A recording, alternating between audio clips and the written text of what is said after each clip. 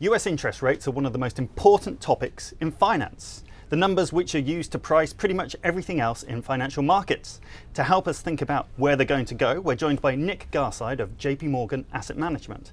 Hello Nick, thanks for joining us.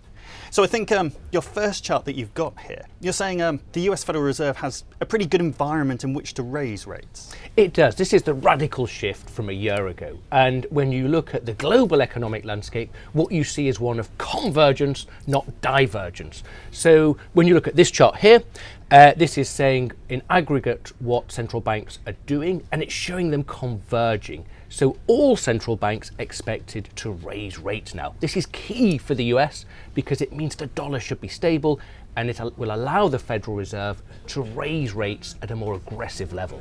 And I think you're even more sort of enthusiastic, I'm not sure if that's the right word. You think rates are going higher than a lot of people, maybe even the Fed itself is predicting. Oh, absolutely. So again, when we look at what the market's predicting for both this year and next year, including the March hike, it's got 4 rate hikes. The Federal Reserve themselves are at 6 rate hikes. Our view is 8 rate hikes for this year and next year, and that will take interest rates to, on a real or inflation adjusted basis, just a little bit tight.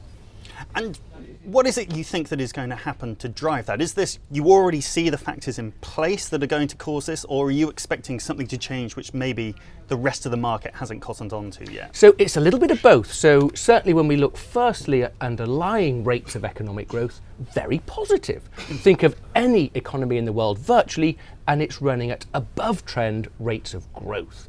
But as we look forward, this is the key.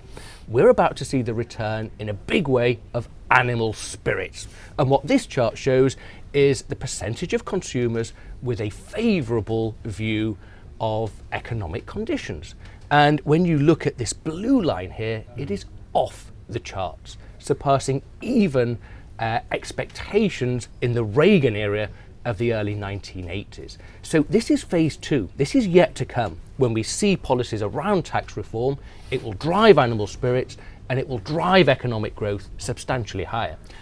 And I think we've seen Donald Trump has faltered in his first big policy splash. They didn't manage to repeal Obamacare, and now we're hoping for tax reform, but obviously this maybe is a little bit more tricky than many people had simply assumed after he was elected.